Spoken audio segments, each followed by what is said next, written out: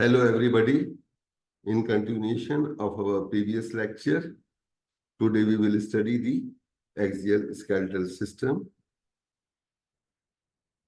The vertebral column, also known as the spine, is a part of the axial skeleton, and it consists of 33 vertebrae at the time of birth. These include 7 cervical vertebrae, 12 thoracic vertebrae, 5 lumbar vertebrae, 5 sacral, and 4 coccyx. But as the age advances, these reduce to 26 in number as several bodies fuses into one vertebral body. The vertebral column plays an important role in protecting the spinal cord and the nerve roots. Remember, the size of all vertebrae is not the same because as the number of structures supporting is increased, so does the size of the vertebrae, with the cervical vertebrae the smallest and the lumbar vertebrae the largest. Cervical vertebrae are 7 in number from C1 to C7. These are the smallest vertebrae among all the other vertebrae. These are separated by intervertebral disc, which is a gelatinous substance and act as a shock absorber. The cervical vertebrae allows the forward, backward, and twisting or rotational movements of the neck, but with some in some cases with the advancing age due to the wear and tear of the intervertebral disc, which is present between the cervical spine, can lead to a very common condition called cervical spondylosis. Thoracic vertebrae are 12 in number from T1 to T12. And remember, the 12 pairs of the ribs are attached posteriorly or dorsally to these 36 vertebrae. These bones provide protection to the spinal cord from any shock or injury. Lumbar vertebrae, these are 5 in number from L1 to L5.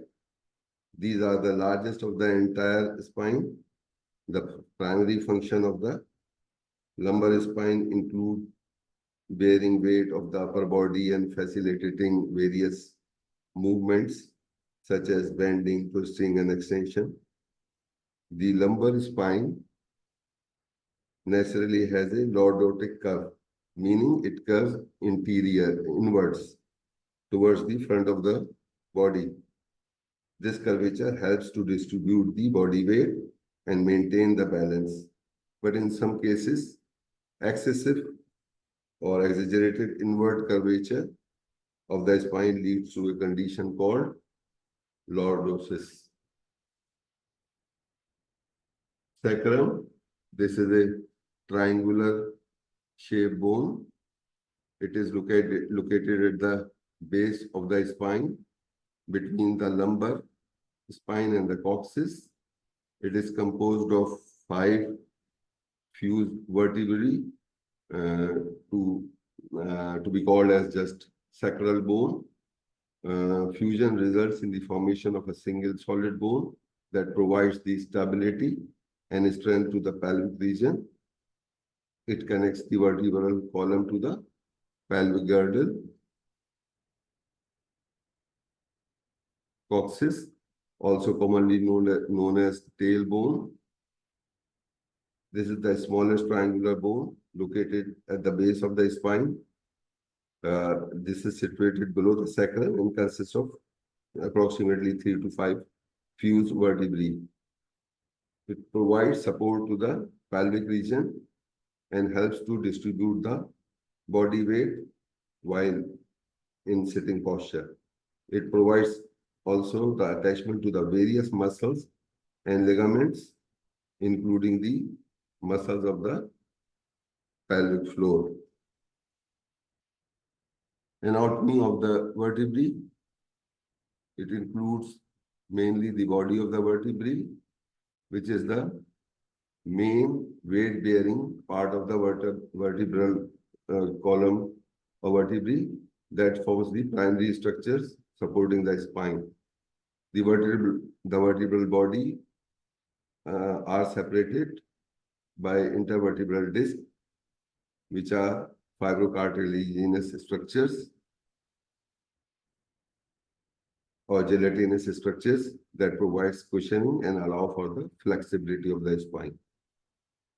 The vertebral body contributes the formation of the vertebral foramen when they combine with the vertebral arch. The vertebral foramen encloses the spinal cord in the vertebral canal.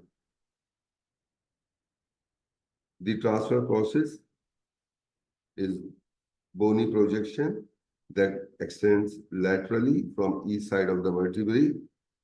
It serves as an attachment point for muscles and ligaments and contributes to the overall structure of the spine.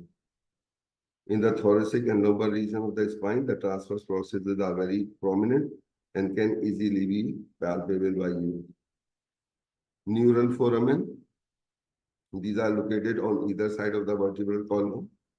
And basically, these are the openings on either side, which allow the passage within the spinal column through which the nerves and the blood vessels exit the spinal cord and travels to the other parts of the body.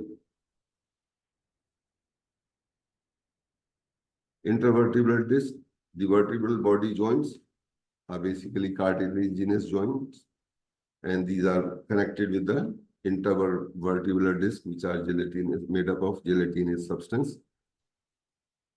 These serves to allow the movements and adjacent vertebral bodies to absorb shock, weight bearing, and they also helps in transmitting loads through the vertebral column.